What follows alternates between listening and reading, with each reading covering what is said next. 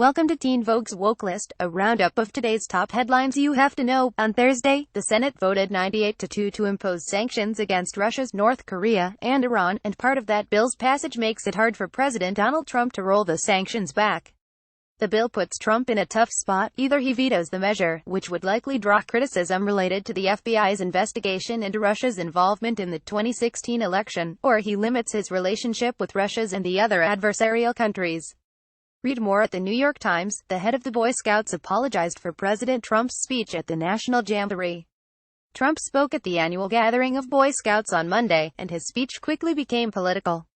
He referenced his electoral college win, his dislike of the media, and more of his regular talking points during the appearance. On Thursday, Chief Scout Executive Michael Serba apologized for the speech that outraged many.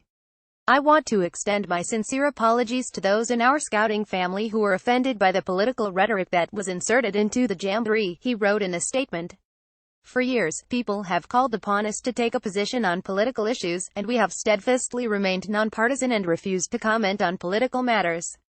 We sincerely regret that politics were inserted into the scouting program." Get the full story from Time. Pakistan's top court declared the country's prime minister no more eligible to hold his position. The Supreme Court in Islamabad disqualified Prime Minister Nawaz Sharif from office on Friday, ruling against him in a corruption case alleging he had undisclosed financial assets which were apparently leaked via the Panama Papers. He is no more eligible to be an honest member of the parliament, and he ceases to be holding the office of Prime Minister, Supreme Court Judge Ejaz Afzal said in court, Reuters reports. No Pakistani Prime Minister has served a full term. Read more from Reuters. The United States has ordered diplomats' families to leave the Venezuelan capital.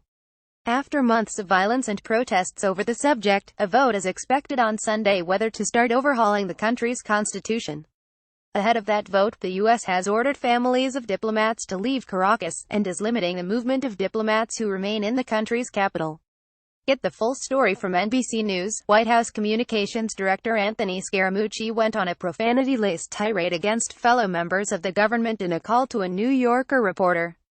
Scaramucci reportedly called the New Yorker's Ryan Lizza, asking him to reveal the source of information that Scaramucci met with Trump for dinner.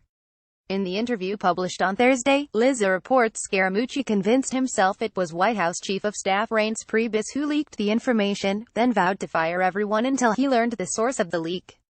Scaramucci escalated from there, lobbing the insult that has since taken the internet by storm. Scaramucci said, unlike others in the White House, he does not want media attention. "I'm not Steve Bannon. I'm not trying to suck my own sea," he said. Read the entire interview at The New Yorker. Got a story you think we should cover? Email us at web@teenvogue.com. If you want more of Teen Vogue's top news, sign up here for our weekly woke letter, hitting your inbox every Friday. Related, the teen who live-streamed the crash that killed her sister is being charged.